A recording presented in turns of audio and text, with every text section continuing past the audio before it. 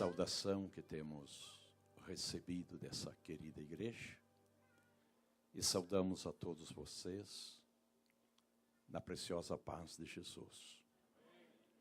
Tenho a dizer que é um privilégio voltar a esse lugar, estar junto com o pastor Eliseu, Ana, sua família, poder rever muitos de vocês que a gente já conhece há um bom tempo e conhecer a outros, porque a notícia tem sido muito linda, que Deus ha enriquecido essa igreja com novos membros, pastores, ministros, que Deus tem unido a esse ministério.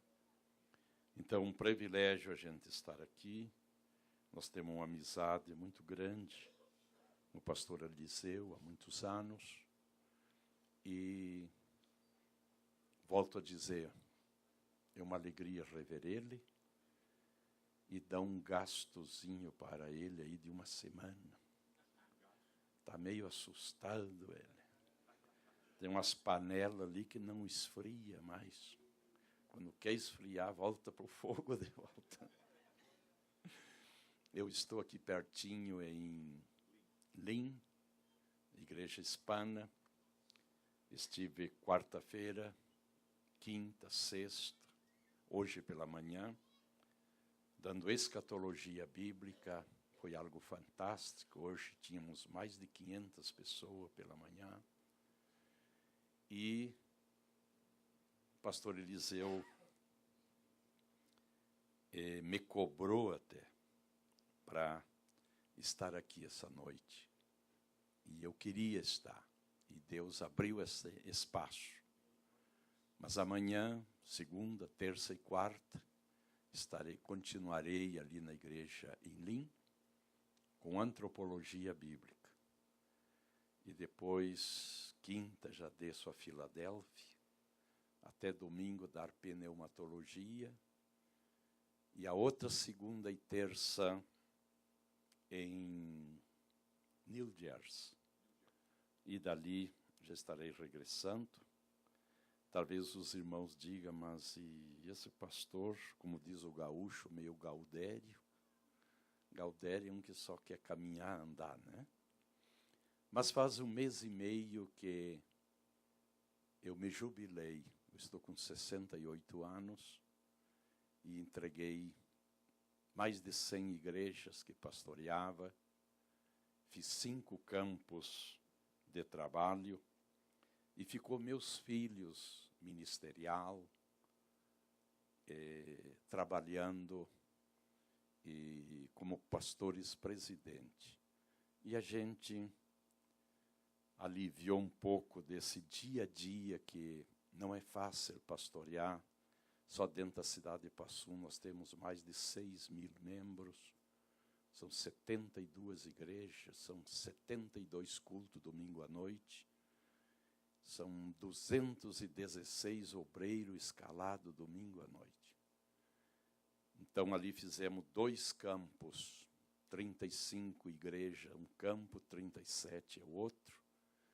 E a gente tirou essa carga. Mas continuarei na área do ensino e servindo a Deus igual.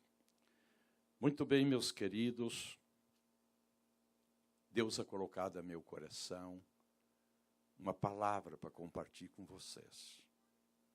Talvez essa noite esteja tudo bem, mas eu gostaria que tu pendure esta palavra no teu pescoço e cuide dela. Amanhã ou passado ela te fará falta na tua vida, na tua caminhada. O Espírito Santo fará lembrar esta noite. Glórias a Jesus. Nosso Deus não chega atrasado.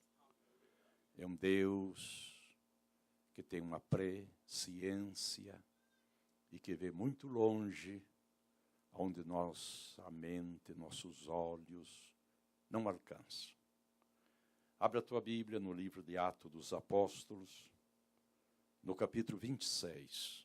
palavra muito conhecida nossa. Hoje eu estava muito cedo, pastor Eliseu, 5 da manhã eu estava orando, chorando aos pés de Deus, e Deus me deu essa palavra para compartilhar com vocês. Uma palavra, eu volto a dizer, muito conhecida. Capítulo 26, os versículos 13, 14 e 15. Que diz assim a Bíblia, capítulo 26, versículo 13 ao 15. Ao meio-dia, ó rei, vi no caminho uma luz do céu que excedia o esplendor do sol, cuja claridade me envolveu a mim e os que iam comigo. E, caindo-nos todos por terra, ouvi uma voz que me falava e, em língua hebraica, dizia: Saulo, Saulo, por que me persegues? Dura coisa te é recalcitrar contra os aguilhões. E disse eu, quem és, Senhor? E ele respondeu, eu sou Jesus, a quem tu persegues. Amém. Retorne aos seus assentos. Peço desculpa aos irmãos, porque eu tinha pastores na minha casa antes de sair para cá, da Argentina, pastores nossos, e a gente, uns 4, 5 dias, estávamos falando em espanhol, e agora 4 reuniões em espanhol, então a língua se travou um pouco. Mas alguma palavrinha em espanhol vai entrar, mas nós vamos nos acertar. Muito bem, meus queridos, volto a dizer uma passagem muito conhecida nossa, que aconteceu com o apóstolo São Paulo. Todos nós sabemos que ele, Saulo de Tarso, do latim, agora no grego Paulo, é a mesma palavra, ele não trocou de nome. Ele era um grande perseguidor do Evangelho. Era um homem que tinha 3 preparação cultural, que era na política, na ciência e na religião. Ele era especializado. E por ser ele especializado nessas 3 áreas, ele foi comissionado a ir a Damasco, porque a igreja havia saído fora das fronteiras de Israel. Até Jesus, até o Pentecoste, a igreja se pregava o evangelho do reino. E o evangelho do reino começou lá em 2 de Samuel, capítulo 7, 1000 anos antes de Cristo. Esse evangelho do reino veio, passou por João Batista, passou por Jesus, os 12 apóstolos, 70 discípulos, pregavam o evangelho do reino. E o evangelho do reino saiu uma única vez fora das fronteiras de Israel, quando Jesus foi a Tiro e Sidom, na Fenícia, e deu aquele acontecimento com aquela mulher. E em seguida o evangelho do reino volta para Israel. Mas nós não pregamos o evangelho do reino, nós pregamos o evangelho da graça. E pós-Pentecostés, aí o evangelho saiu das fronteiras. Aqueles cristãos, que eram 540 o dia que Jesus ascendeu os céus, se multiplicou. E agora, irmãos, era o ano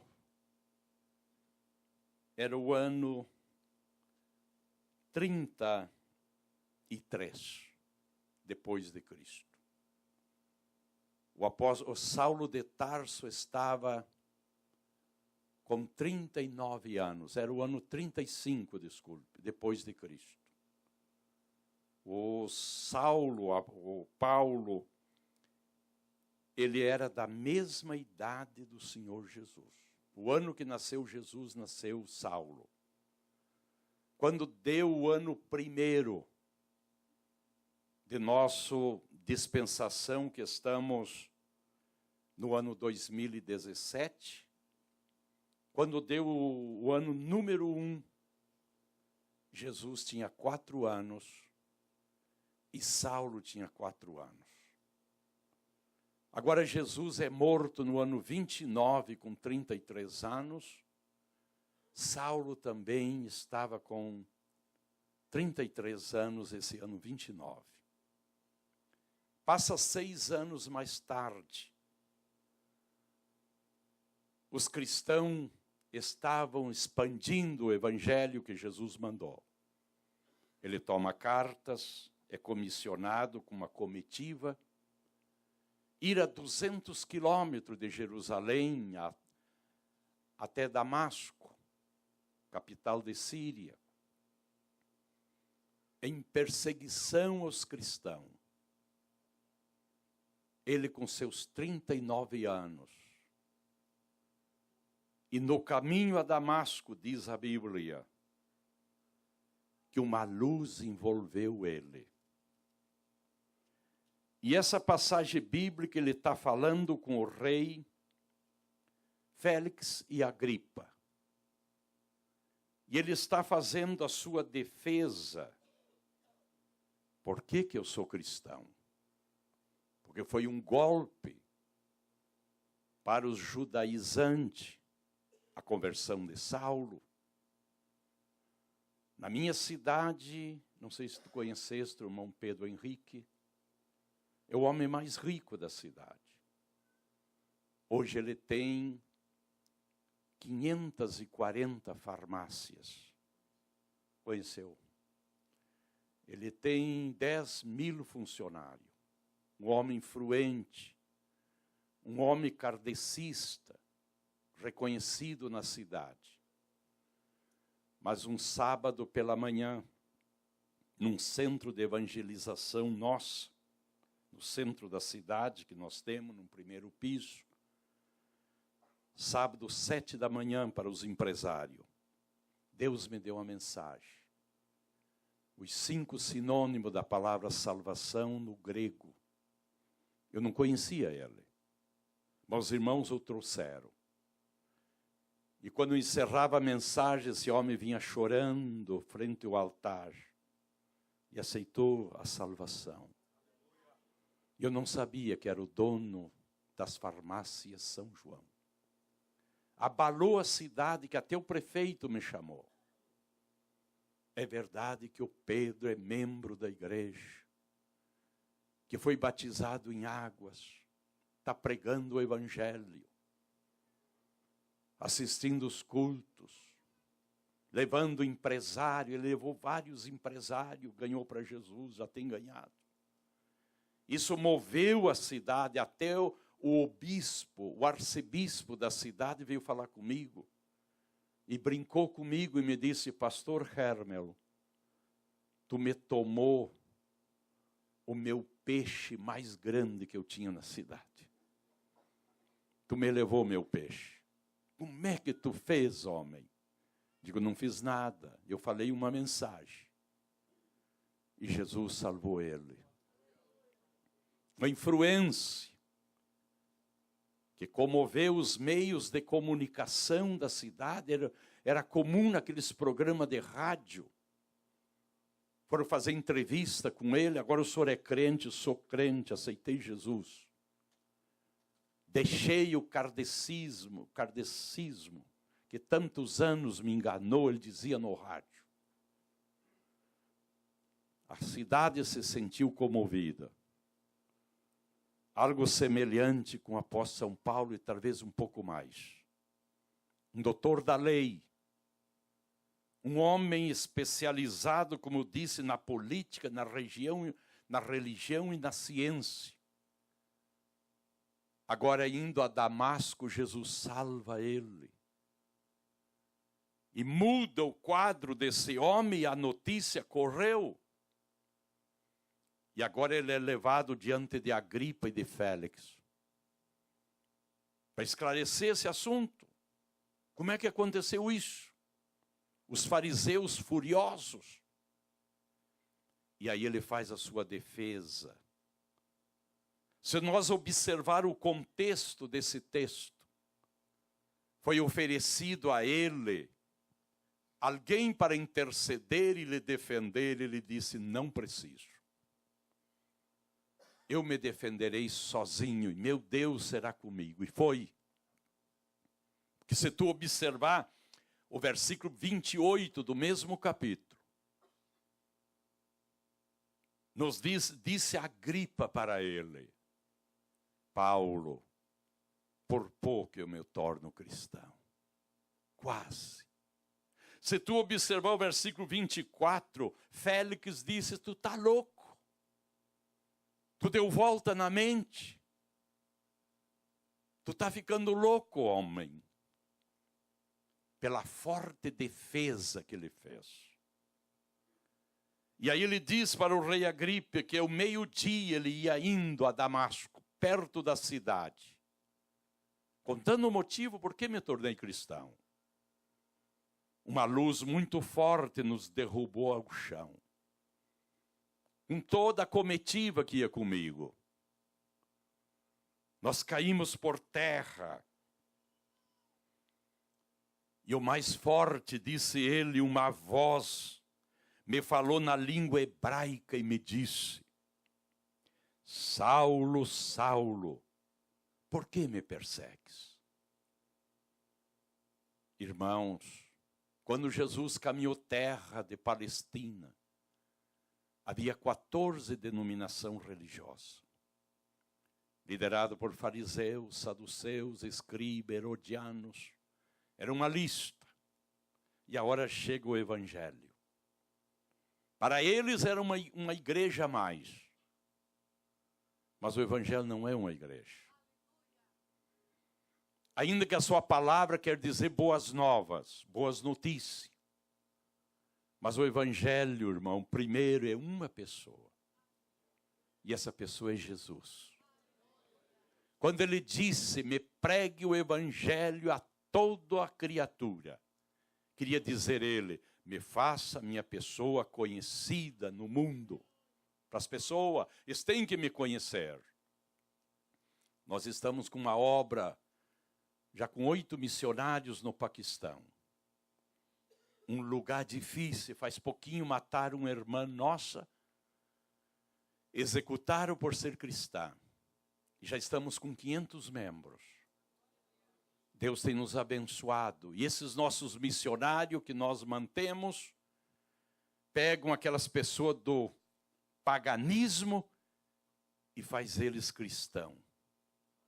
Pregar o evangelho é mostrar a pessoa de Jesus. Quando Jesus disse, me prega o evangelho a todo mundo, faça minha pessoa conhecida no mundo. Eu preguei 12 dias na Índia, região de Bangalore, Magdala. E lá temos vários missionários nossos também. E eu estava observando aqueles novos crentes, fizemos batismo, que eles haviam ganhado já para Jesus. Tirar aquelas pessoas adorando uma vaca. Bangalore tem 18 milhões de habitantes. E é comum no centro da cidade as pessoas abraçadas com uma vaca deitada no meio do asfalto. E as pessoas adorando, reverenciando, atando fitinha nas guampas e adornando uma vaca. Agora lá está nossos missionários, tirando eles daquela adoração e agora adorar Jesus. Foi isso que Jesus disse, porque o evangelho é uma pessoa. O evangelho é uma mensagem, a mensagem mais linda e mais gloriosa. O evangelho é uma mudança de vida, irmãos, que o mundo não entende. De um bêbado, um viciado, um drogado. Uma pessoa nos mais detravados pecados, agora há uma transformação, e essa transformação o mundo não entende. E essa transformação se chama Evangelho.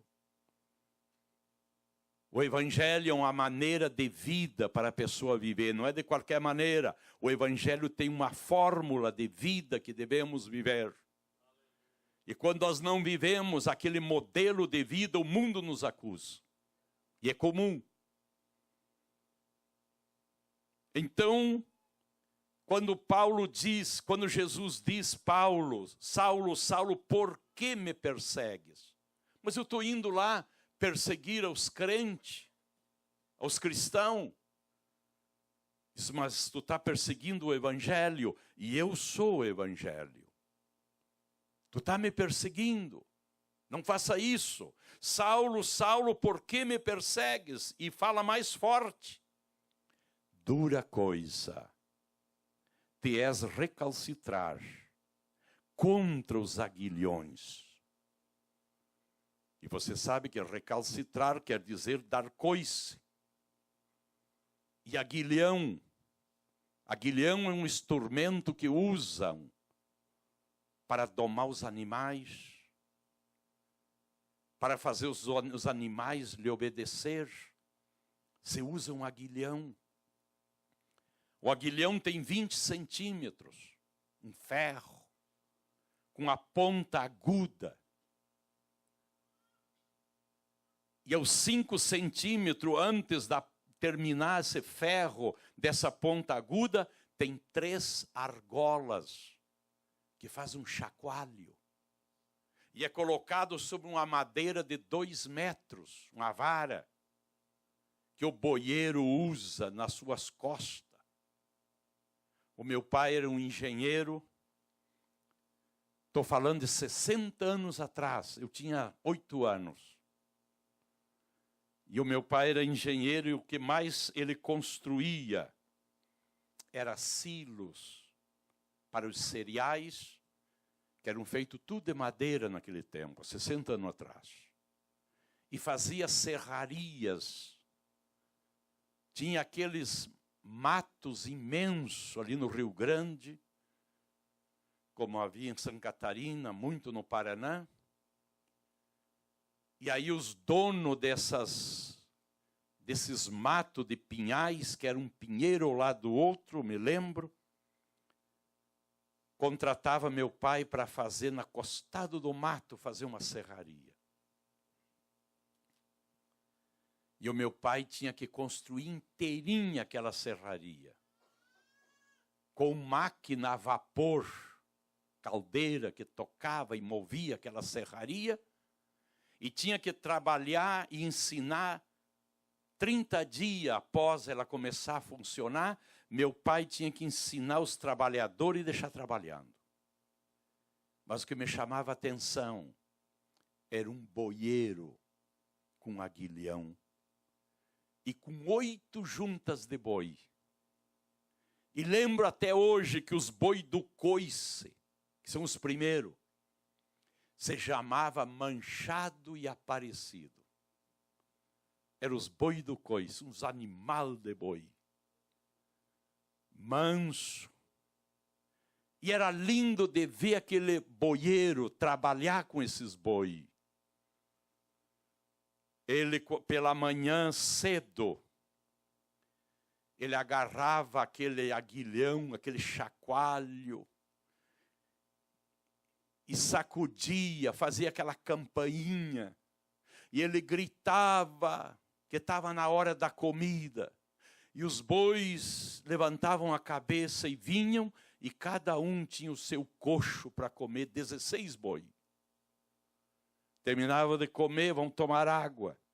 Todo obedecendo, ele ia para lá e sacudia aquele chacoalho, sabia que naquele tanque era para tomarem água. Agora ele gritava, Manchado e Aparecido no coice. O Manchado e o Aparecido se colocavam um ao ladinho do outro, e cada um tinha o seu lado. Eles não podiam trocar, senão não trabalhavam.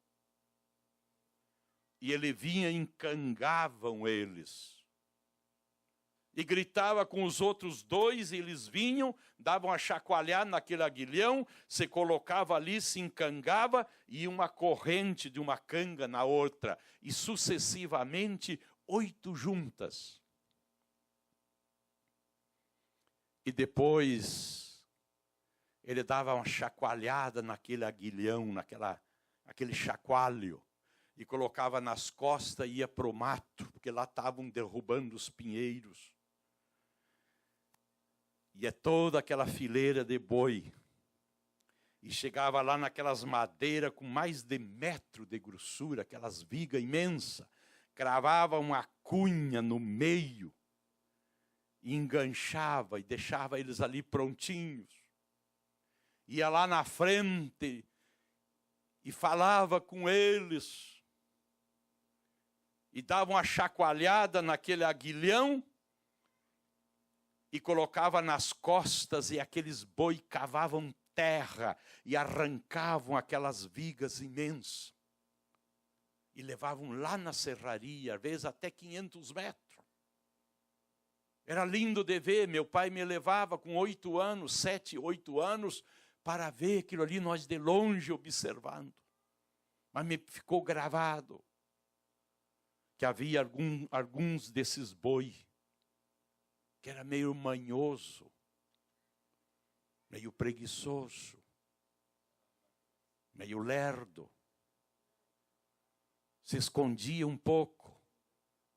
Todos fazendo força, puxando aquela viga, e aquele manhoso ia afrouxando. Aí a canga atravessava e machucava o pescoço dele e do outro. Mas o boieiro notava, pegava a volta e se colocava ao lado dele. E sacudia aquele chacoalho do aguilhão no ouvido dele, que ele se colocava de volta no caminho.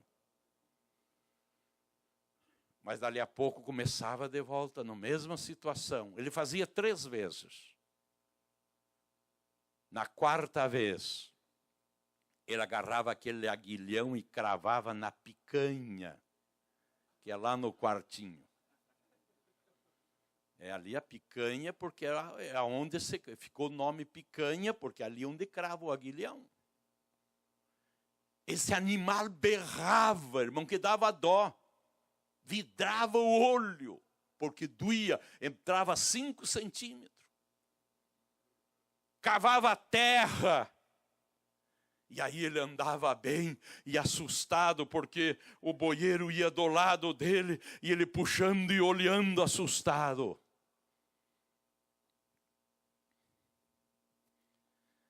Era isso que Jesus disse a Saulo.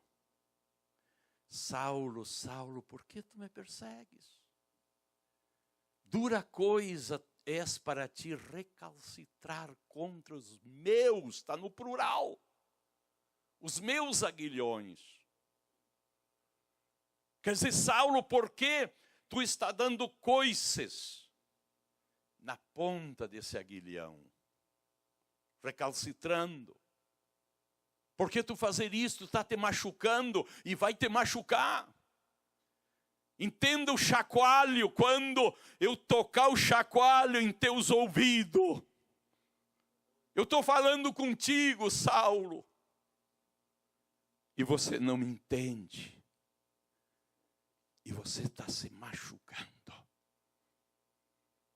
Queridos irmãos, o nosso horário se vai rápido.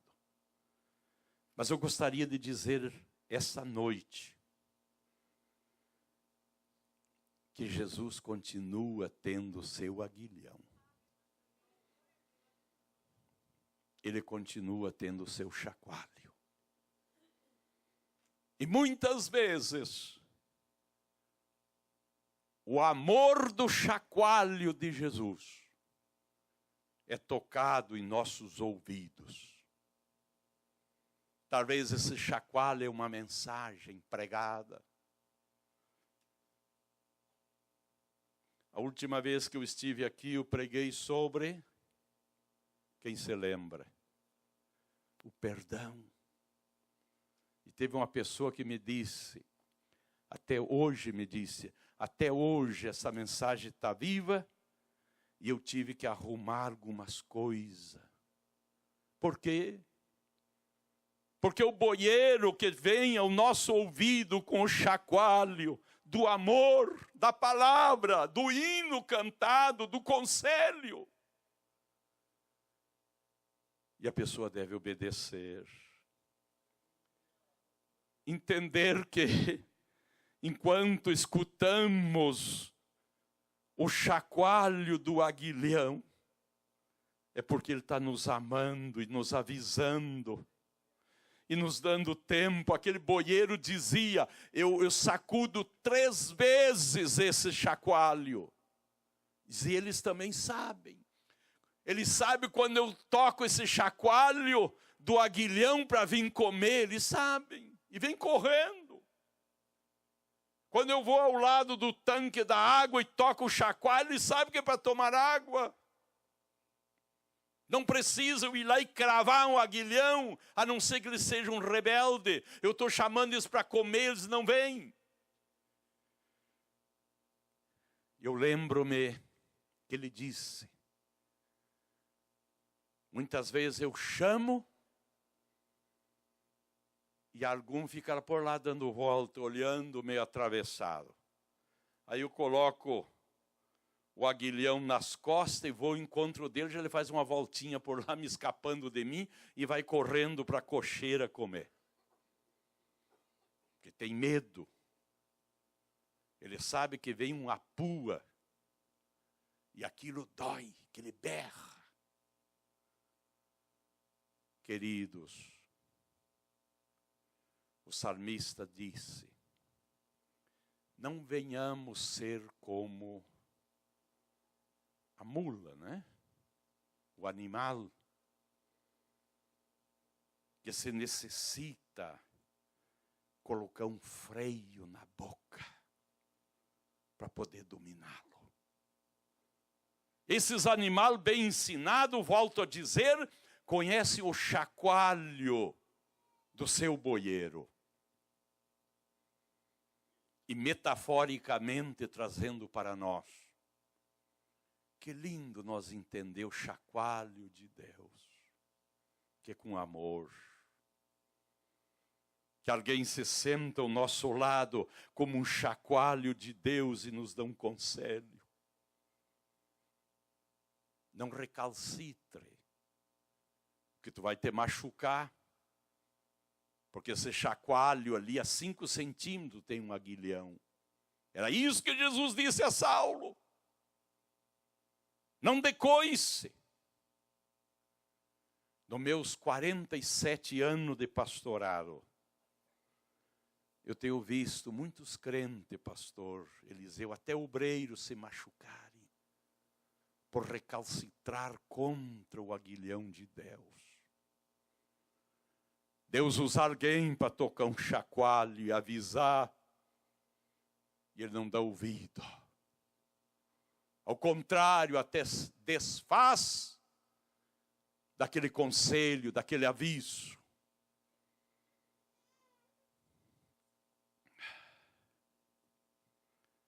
E Jesus é bondoso, é amoroso, é cheio de misericórdia. É lento para a ira, diz a Bíblia. Mas a Bíblia diz, horrenda coisa é cair nas mãos de um Deus irado.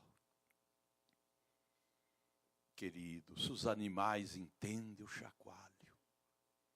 Por que nós não vamos entender?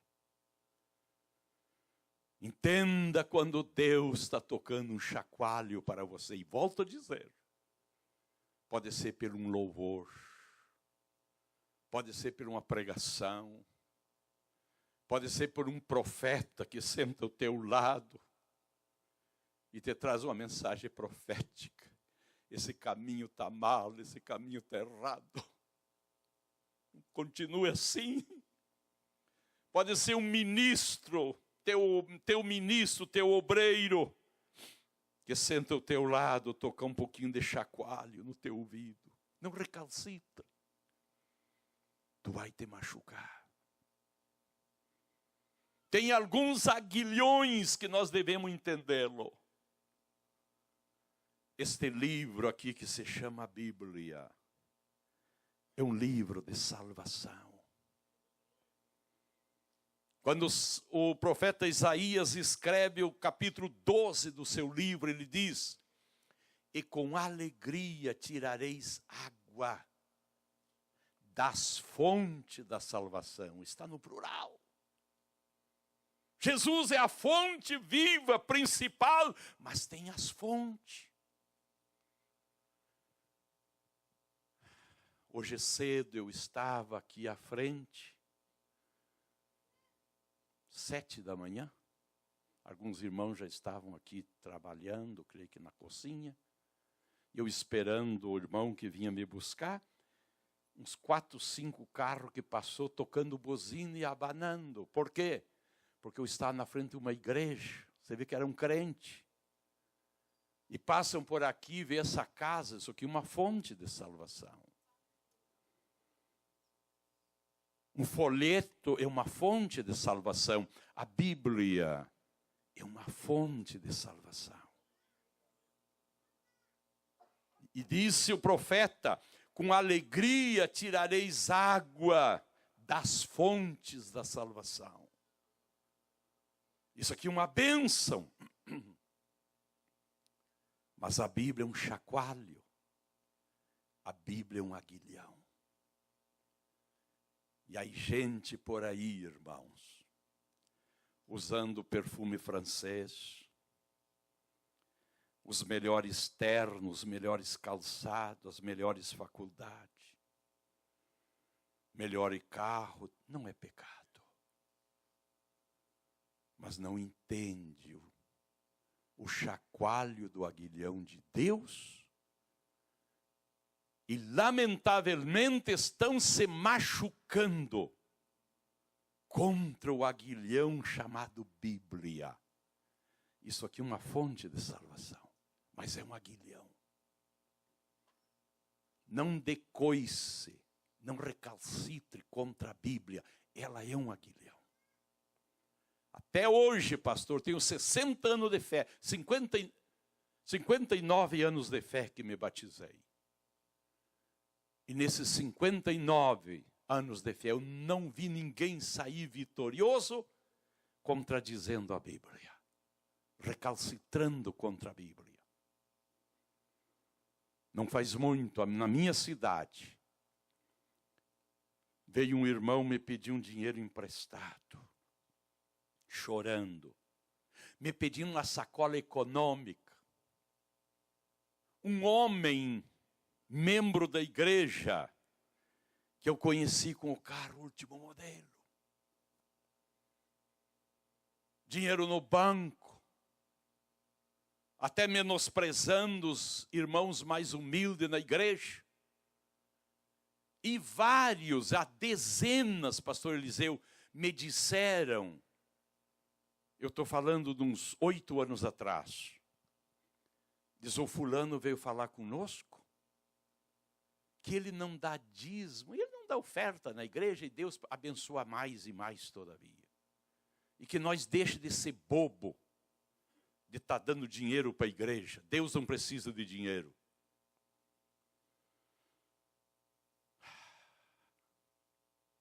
Eu dei um estudo de 3 meses só naquele versículo que diz o escritor aos Hebreus 7 e 8. Aqui certamente recebe os dízimos homens mortais, mas ali um que se dá testemunho que vive. A igreja quadruplicou as entradas, pastor Eliseu. A prova está que nós, em 9 anos, inauguramos, construímos 25 novos templos prontinhos, com ar acondicionado, todas cadeiras, o melhor possível. 8, nós dobramos o tamanho. E construímos mais 13 casas pastorais e não ficamos devendo um centavo para ninguém. Mas me custou 3 meses de ensino. E me diziam os irmãos, o fulano saiu rindo daqui no carrão dele aí, fazendo piruleta e dizendo que ele não paga dízimo e ele é o mais abençoado da igreja. Era o chacoalho de Deus, que Deus me usava e me usou naqueles 3 meses para avisar ele e outros. Grande parte escutou chacoalho e passaram a ser dizimista, irmão. E são abençoados, como disse aqui nosso irmão que falou da palavra da oferta, do dízimo. Isso é uma grande verdade.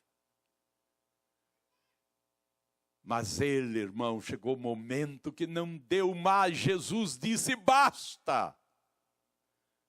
E parou de tocar o chacoalho e entrou o aguilhão. E o pobrezinho veio numa decadência. Só numa semana lhe roubaram 3 carros. E começou o juízo dos funcionários.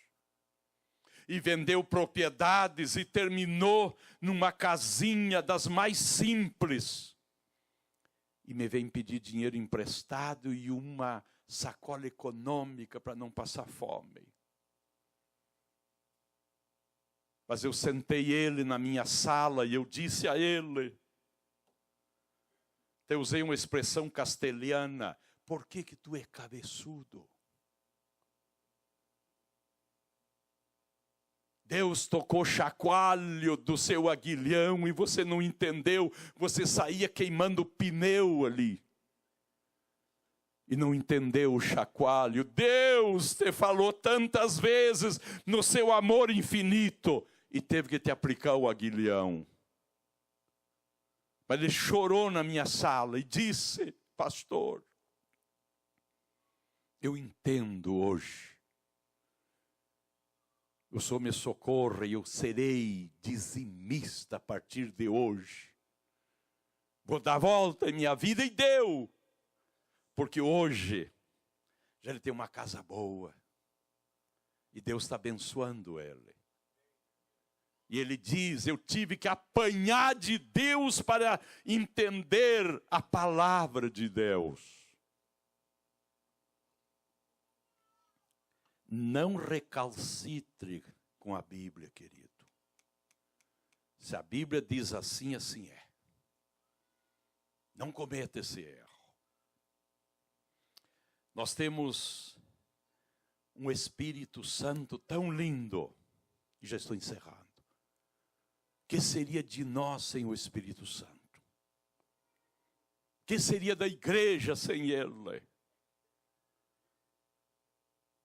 Ele tem um aguilhão. O Espírito Santo é tão lindo, mas é um aguilhão. E ele tem um chacoalho. Volto a dizer que usa profetas. Usa profetas. Para tocar chacoalho em nossos ouvidos. E dizer, andar mais rápido um pouco. Os outros estão forcejando, levando o carro do evangelho, e você está meio atravessado aí. Judiando do teu pescoço e do pescoço do teu companheiro.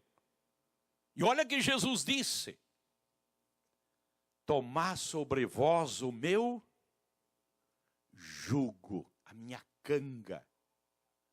Queria dizer ele, eu vou numa ponta da canga e você vai na outra. Tu tem teu coleguinha de ministério, de trabalho,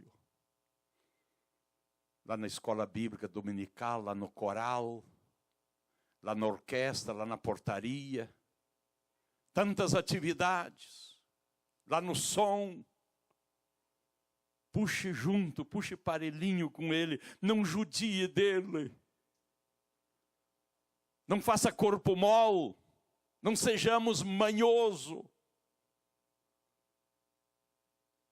Porque daqui a pouco o Espírito Santo chega e toca um chacoalhozinho no teu ouvido. E toca a segunda, terceira vez, porque ele é bom. Mas quando ele vê que nós não lhe obedecemos, ele tem um aguilhão a 5 centímetros do chacoalho. E faz o mais valente chorar e gritar e urrar. Camado queimando sinamai. Ah, como pastor, dói de eu ver membro da igreja que pastorei, obreiros meu, com o aguilhão cravado, berrando, desculpe a expressão, chorando, gritando.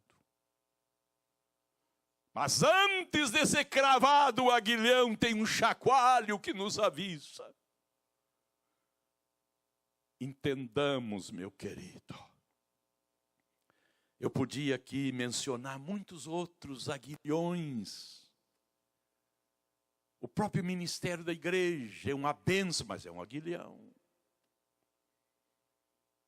Teu pai é uma bênção, mas teu pai é um aguilhão. Tua esposa é uma bênção, mas é um aguilhão, e vice-versa. E quantas vezes a esposa nos coloca ao nosso lado.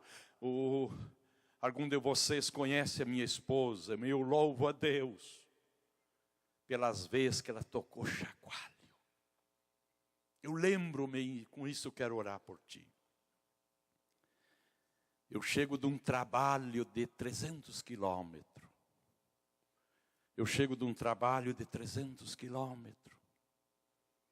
Só de pedágio eu gastei R$60 naqueles tempos. Preguei 4 dias numa escola, na inauguração de um grande templo. E no domingo à noite, pela manhã e domingo à noite, ainda no encerramento do culto. Gastei R$60 de pedágio, mais outros gastos do carro. Na hora de sair, me dão uma ajuda, me deram R$50. Quando eu cheguei em casa, eu fui ver o envelope, tinha R$50. Guardei na carteira, disse para minha velha, falando carinhosamente. Digo, amanhã me deixe dormir um pouquinho mais, porque terminou o culto, eu fiz 300 quilômetros, cheguei às 2 da manhã em casa, cansado. Mais cedo vem, minha sogra fazia pouco tempo que tinha falecido e eu tinha que pagar, tocou para nós a funerária, era a última prestação, R$170, eu me lembro. E eu disse, a minha esposa foi lá e me chamou, João, 8h30, queria deixar você dormir um pouco mais, mas o cara da funerária está aí para receber a última prestação. Aí eu desci, me vesti, desci na parte de terra da casa. Disse para ele, eu vou lhe dar 50, que eu tinha pegado um dia, aquela noite lá no envelope. Meio com a cara feia, quando tirei aquele 50 dali. Passei para ele, digo, eu vou lhe dar um cheque de 120 para completar. Preenchi o cheque, dei para ele. Ele olhou e me disse, pensei que o senhor estava brincando comigo. Digo, por que brincar contigo? Não, porque esse 50 aqui não vale mais. Eu fui olhar do tempo do Collor de Mello.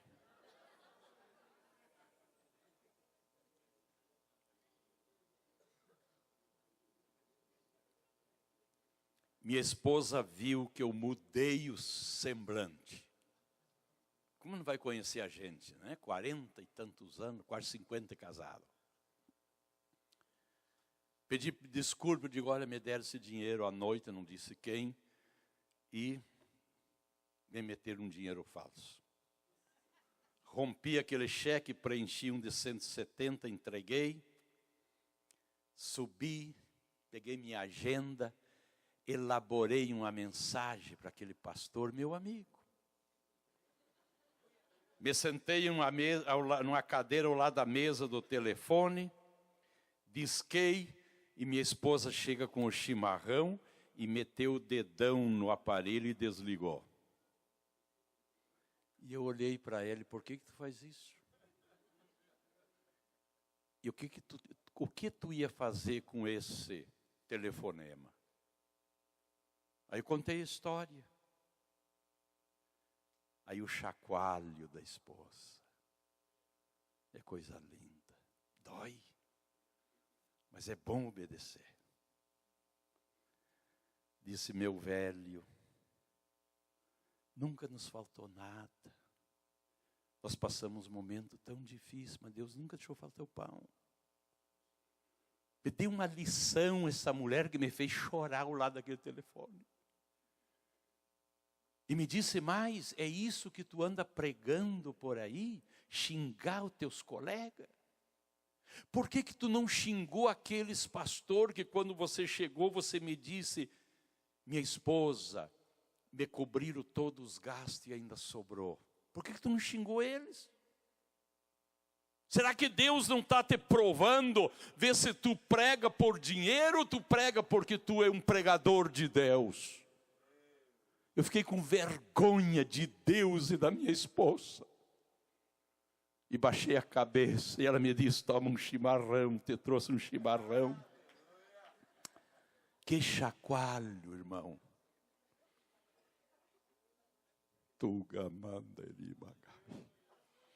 Mas feliz de quem entende o chacoalho de Deus. Eu vim aqui te dizer essa noite. Esta manhã, às 5 da manhã, o Espírito Santo falou comigo. Para me dizer para vocês a verdade. Pendure esta palavra no teu pescoço. Hoje está tudo bem. Mas amanhã o passado poderá tocar o chacoalho de Deus. E o Espírito Santo fará lembrar essa noite. E essa mensagem vai te salvar. Eu quero orar por você. Eu vim aqui para abençoar você. Eu tinha alegria, eu tinha um desejo, pastor, de estar um culto com vocês. Pensei que não ia poder. Mas lá me liberaram para que eu pudesse estar. E para mim tem sido uma alegria, a glória de Deus. Mas eu amo essa igreja. A primeira vez eu estive já faz uns 12 anos.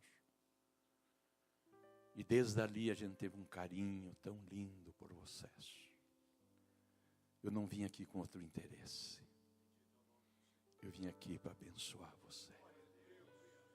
Te coloca em pé. Aleluia.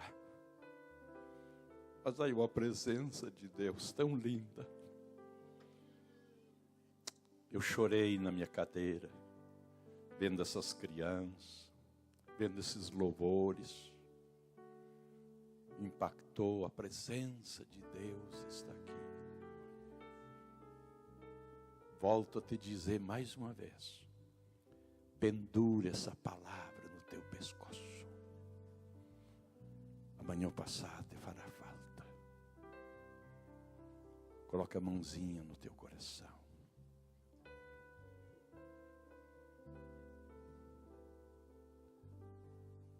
Eu gostaria de orar por você. Por você que Deus falou agora. Talvez está com um aguilhão cravado e não sabia como te livrá-lo. Eu quero orar por você. Talvez você tenha um desejo de vir aqui mais pertinho para orar por você. Eu quiser orar aqui pertinho com você. Se tu sente. Se tu não sente, fique ali mesmo. Mas se tu sente de ficar 1 minuto aqui, eu quero te abençoar. Talvez tenha que pedir perdão e dizer, Jesus, me perdoes pelos golpes que eu levei, por não entender o teu amável chacoalho.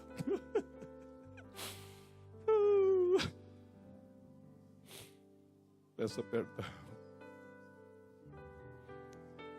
Perdoa-me, Jesus, por aquela pessoa que tu usaste com chacoalho e eu recalcitrei.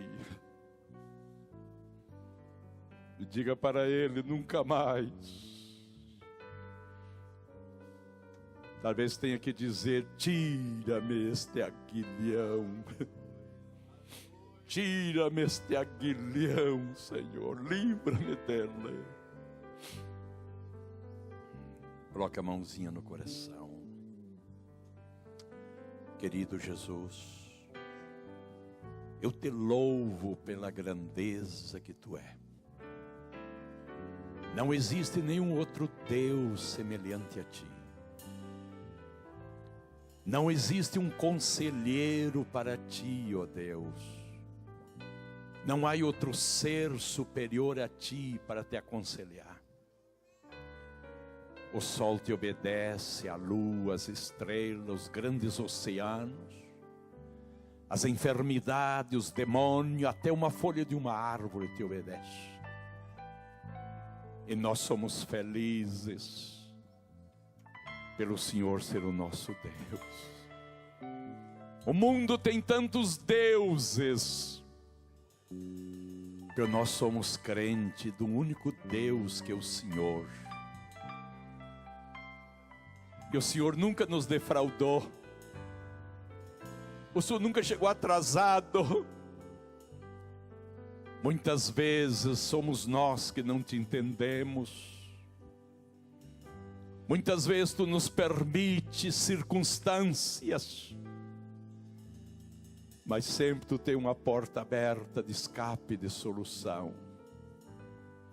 Eu intercedo por essa querida pessoa, com a mão sobre o seu coração. Esse coração é o centro da vida dessa pessoa.